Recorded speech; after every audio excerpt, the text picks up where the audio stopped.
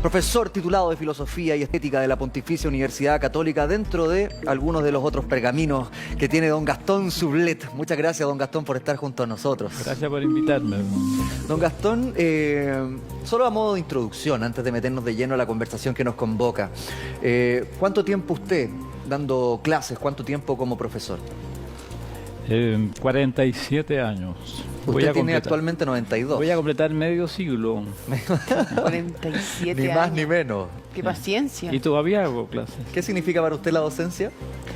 Era mi verdadera vocación.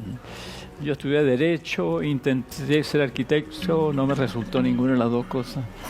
En cambio, enseñando, me sentí en lo mío realmente. Yo creo que he elaborado una cultura humanística a través de lectura y que eso es lo cual yo puedo enseñar. Es musicólogo y eso también, ¿no? Me resultó, sí, también estudié música en el Conservatorio de París y musicología, entonces he compuesto algunas obras. Algunas han tenido éxito, como Chile en 4 cuerdas, por ejemplo, que lo tocan todos los cuartetos de Chile. Pero no fui compositor realmente, así, que me dediqué exclusivamente a la música, ¿no? Me interesó más el pensamiento. Y en el área de las ciencias humanas. Y esto de la filosofía oriental salió mucho después, ¿no es cierto? Tanto que eso superó a la música. Superó a la música y yo tenía grandes inquietudes, grandes dudas y leyendo el libro del Tao de Lao Tse o los clásicos confucianos, especialmente el libro Las Mutaciones. Ahí estaba la respuesta a todo lo que yo hubiera preguntado en el fondo. Y ahí entendí el Evangelio de Jesucristo. A través de eso lo entendí. Bueno, sí, dicen que Jesucristo aprendió cosas también de otras religiones. No crea, yo nunca lo he creído. Sí, tú no lo has creído. ¿Sabe por qué? Le voy a dar una razón. Tienen valores parecidos. Pero le voy a dar una razón que es fácil de entender. Jesucristo es judío, ¿no? Sí. Pertenece a un pueblo que se sabe que ha hecho una alianza con Dios y que es único en el mundo. No puede recibir enseñanzas de culturas paganas. Por tanto, la sabiduría de Jesús y de los profetas hebreos es de ellos, deriva de lo que ellos llaman la alianza. O sea, es imposible, porque si hubiera ido al Oriente a buscar esta sabiduría, él habría enseñado la meditación, habría enseñado el karma y habría enseñado la reencarnación, ¿no es cierto? Y nada de eso hay en el Evangelio. Es otra cosa distinta, es lo propio del monoteísmo hebreo, abrámico. Entonces no hay que confundir la autorrealización a través del yoga y la meditación del Oriente, que tiene un enorme valor, que lo reconozco y yo lo practico, pero el monoteísmo hebreo es otra cosa, ¿no? Don Gastón, cuesta ser fiel a uno mismo, sobre todo en los tiempos que corren. Usted, yo siento que lo logró. Bueno, esa es mi primera pregunta. Si usted siente que ha podido ser fiel a sí mismo, si ha podido ser la persona que ha querido ser. Mira, yo diría que yo me he sentido que no me traiciono a mí mismo, yo diría a partir de los 50 años. Antes hice muchas cosas que la vida me obligaba a hacerlas, pero que era contra el pelo, en el fondo. Por ejemplo, el hecho de ser diplomático no va conmigo, ¿verdad? Tengo que vestirme de caballero todo el tiempo, hablar un lenguaje, representar un Estado, lo que piensa un Estado, claro. Representar a un Estado por otra parte, ¿no es cierto? O hablar con interlocutores franceses, porque era en París, haciéndoles agradable la conversación, diciéndole cosas que en el fondo no siento. Claro.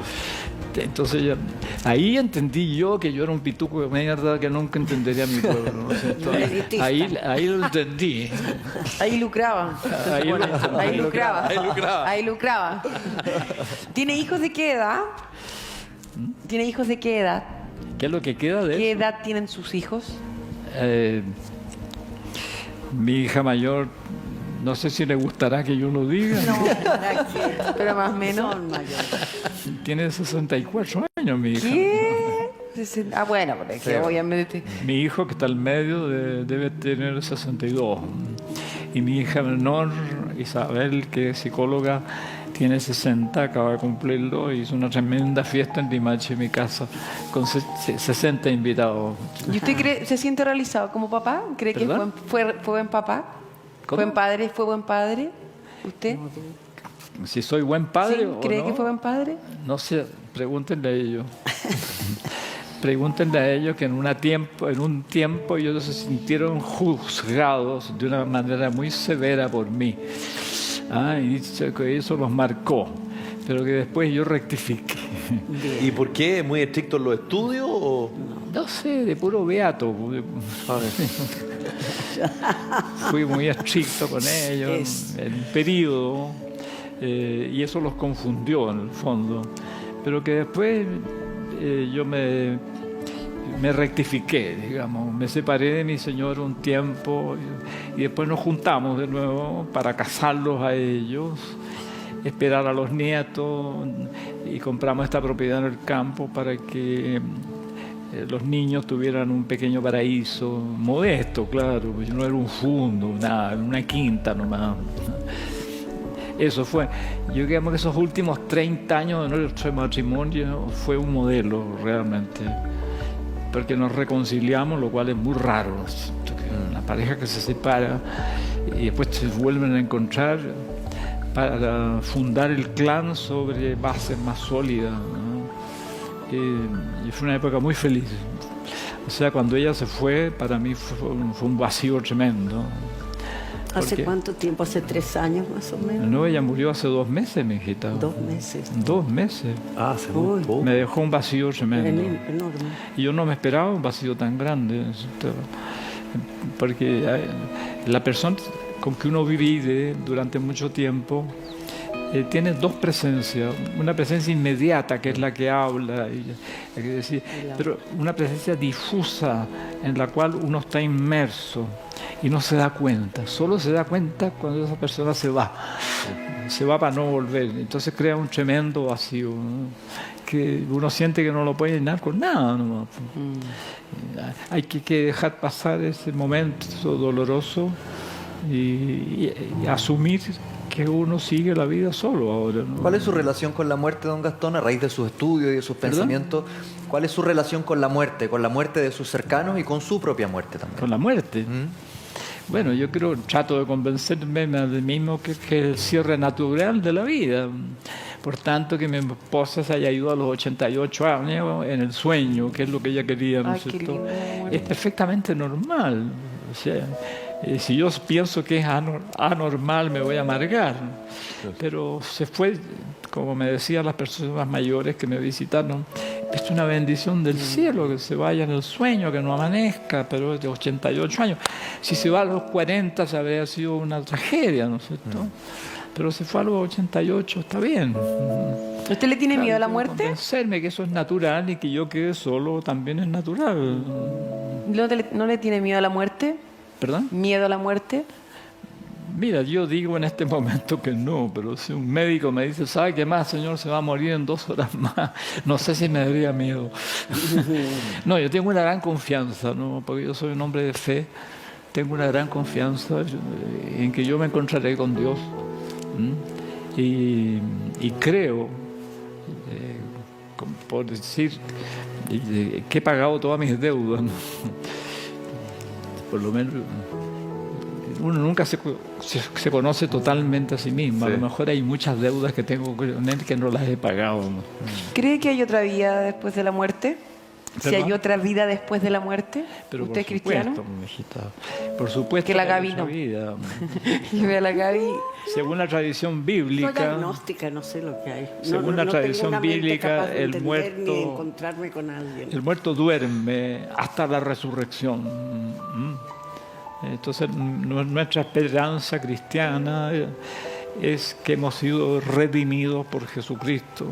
Si tenemos nuestra fe en Él, entonces Él ha pagado por nosotros nuestro mal. Eso fue la crucifixión, la corona de espinas, ¿cierto? Y la muerte, clavado en un palo, que es lo más atroz que puede haber. Él asumió nuestras faltas. Si tú pones tu fe en Él, quedas limpio en el fondo de todas las brutalidades que puedes haber hecho en tu vida, ¿no es cierto? Y bueno, Él resucitó primero y te da a ti también el derecho de resucitar. Y resucitas con un cuerpo glorioso que es parte de la evolución en el fondo. Primero Pero tenemos usted, un cuerpo disculpe, carnal y después tenemos un cuerpo espiritual, ¿no? ¿Pero usted cree que todo se puede limpiar? ¿Todo se puede limpiar a través de Cristo, lo que está diciendo recién? ¿Un violador? Claro, hay que tener claro eso, ¿no es cierto? ¿Alguien malo de verdad se puede limpiar? Que el sacrificio de Él, en el fondo, es para limpiarnos a nosotros de toda culpa, en el fondo. Pero a condición que tengamos fe en que Él hizo eso. Don Gastón, la No estoy de relación acuerdo. entre los pensadores como usted y la religión es bastante peculiar en muchos casos, ¿no? Algunos creen a rajatabla, Otros nada. otros manifiestan sus más profundas dudas al respecto. Su relación con las religiones, más allá de la espiritualidad, sino como su relación con las religiones en general, ¿considera que son positivas esas religiones en momentos como los que atraviesa la humanidad hoy? ¿Nos ayuda a creer? Fíjate que creo que no. Las religiones también han pasado lo mismo que con la sociedad industrial, ¿no es cierto? Que ha creado una complejidad increíble de la vida, insoportable en el fondo, que distrae al hombre de su esencia. Yo creo que las religiones se han ido cubriendo de prácticas de culto. Por ejemplo, el culto a los santos. De corrupción. Que no tiene ninguna base en las escrituras. La mariolatría, convertir prácticamente a la Virgen en una diosa más, es decir, que es la mediadora, en circunstancias que es Jesucristo el mediador entre Dios y los hombres. ¿Por qué la Virgen tendría que ser mediadora? Bueno, todas esas cosas, el rosario, las procesiones, las reliquias, el agua bendita, la medallita milagrosa. ¡Oh, qué horror, Dios mío! La medallita milagrosa. Todo eso es un montón Pero eso, de no es, cosas. pero eso es fe también, es fe a ser A ver, cristiano. espérate, voy a terminar la frase. Este montón de cosas que ha hecho en el fondo nos han ocultado a Jesucristo. Eso es lo más grave, ¿no es cierto? El cristianismo es basado en Jesucristo, es cristocéntrico. Si nosotros no entendemos a ese personaje, el resto no vale nada. No vale nada. ¿Y por qué a su juicio se esconde a Jesús? ¿Por qué ha ocurrido eso? Claro, ¿y por qué se esconde a Jesús entonces bajo esa lógica? Porque es un ser muy peligroso. Fíjate, un primer ser, comunista un del ser que mundo. dice, los últimos serán los primeros. Ya de eso basta, para que es un gallo muy peligroso. Claro. Después, bienaventurados los pobres en el espíritu, porque de ellos es el reino de los cielos. Bienaventurados los perseguidos por causa de la justicia. Bienaventurados los que sufren, porque serán consolados. Bienaventurados los misericordiosos, los puros de corazón, porque ellos verán a Dios. Ese gallo es muy peligroso, hay que crucificarlo muy rápido antes que se esté hablando, ¿no? Y transforme al mundo entero. Eso es la Iglesia como instancia de poder, como institución jerárquica, ha ido como disimulando ese aspecto de Jesús, transformándolo más bien en una figura devocional. pero la esencia del Evangelio de Jesucristo es muy peligroso Es para el poder, revolucionario, pero- muy peligroso. Don Gastón, alguna vez hablé con un sacerdote jesuita que me decía, si Jesús volviera, se daría cuenta de que fue un perdedor. Y me llamó mucho la atención ese comentario, viniendo de un sacerdote, porque él hacía alusión que finalmente todo lo que él peleó y los sacrificios que hizo, en virtud de lo que pasa hoy, serían en vano. ¿Tiene usted una visión como esa o tal vez es demasiado pesimista? A ver, esto del sacrificio, Claro, de que el sacrificio habría sido en vano, en virtud de lo que pasa con el ser humano hoy, más allá de esta crisis actual, sino a nivel mundial. De todos los muertos. bueno, el sacrificio ya ocurrió, y lo hizo para limpiarnos a nosotros de toda culpa. Pero Él qué raro sabe, que te la haya él dicho un sabe que la sacerdote. humanidad por sí misma no podía redimirse del mal acumulado, ¿cierto? Piensa tú el momento en que vino, en que el Imperio Romano, que era archicorrupto, tenía dominado el mundo. En ese momento en que la vida humana no valía nada, sociedades esclavistas, soluciones de fuerza, los emperadores eran tiranos todos, la guerra permanente, conquista de la Galia, conquista de la Gran Bretaña, las legiones romanas hacían lo que querían con todos los pueblos. En ese momento vino.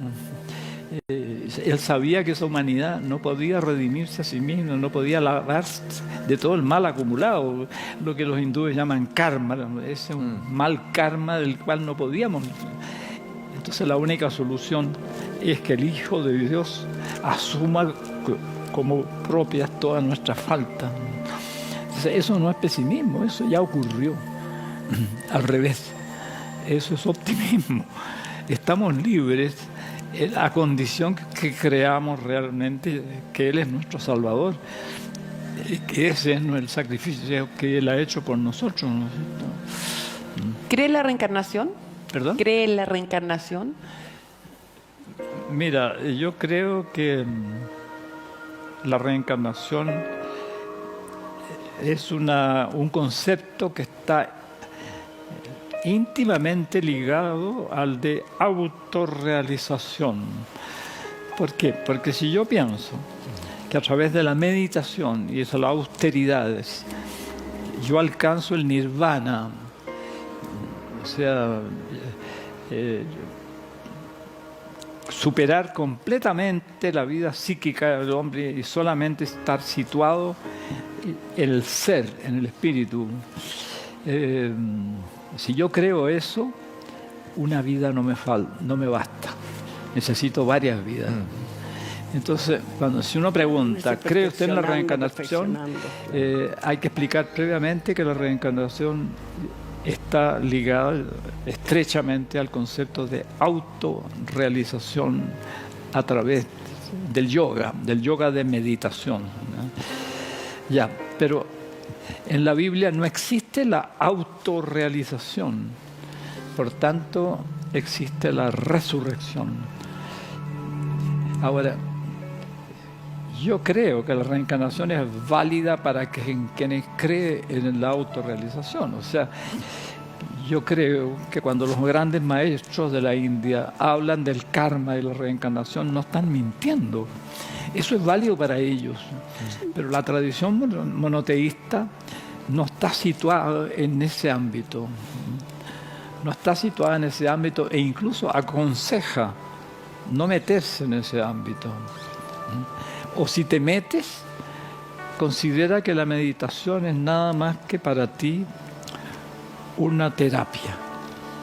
Entonces, yo practico la meditación todos los días y para mí es una terapia que me limpia la mente, que me revitaliza y que me deja apto para enfrentar el día.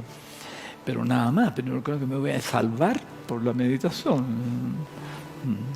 Entonces yo estoy adscrito a la espiritualidad bíblica que cree en la resurrección, ¿no? O sea, contestando a tu pregunta, yo creo en la reencarnación válida para los que practican la autorrealización, eso sí. O sea, no mienten los maestros de la India, no mienten. Don Gastón, volviendo al conflicto actual, Chile. ¿Cuál siente usted que es nuestro futuro en el corto plazo, en los próximos meses?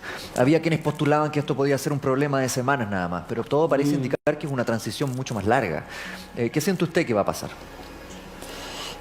Mira, con un gobierno que ha vacilado tanto, que por un momento se negaba al cambio de la Constitución y que de repente aparece prometiendo una asamblea constituyente. No sé qué pasa con un gobierno que vacila tanto, que va perdiendo credibilidad, como dice una carta hoy día en el Mercurio el rector Carlos Peña. Dice que ya ha perdido toda credibilidad por estas vacilaciones. Yo diría, como buena voluntad, consideramos el beneficio del arrepentimiento, que posible es que al presidente Piñera le cayó el velo de los ojos y también él despertó porque él dijo Chile cambió y el gobierno también cambió. Hagamos un acto de fe en que esto es sincero. En cambio, los que lo critican dicen que fue simplemente la presión que lo obligó a cambiar porque él no quisiera hacer ese tipo de cosas. Ahí estamos. ¿Y usted siente que ese es el principio del cambio a propósito de lo que decía Jean-Philippe? Claro, ¿Una modificación constitucional, por ejemplo? Podría ser el principio del cambio y una aproximación al concepto de nuevo pacto. Aproximación, no creo que sea todo el nuevo pacto. El nuevo pacto es mucho más amplio. Pero un primer paso, digamos.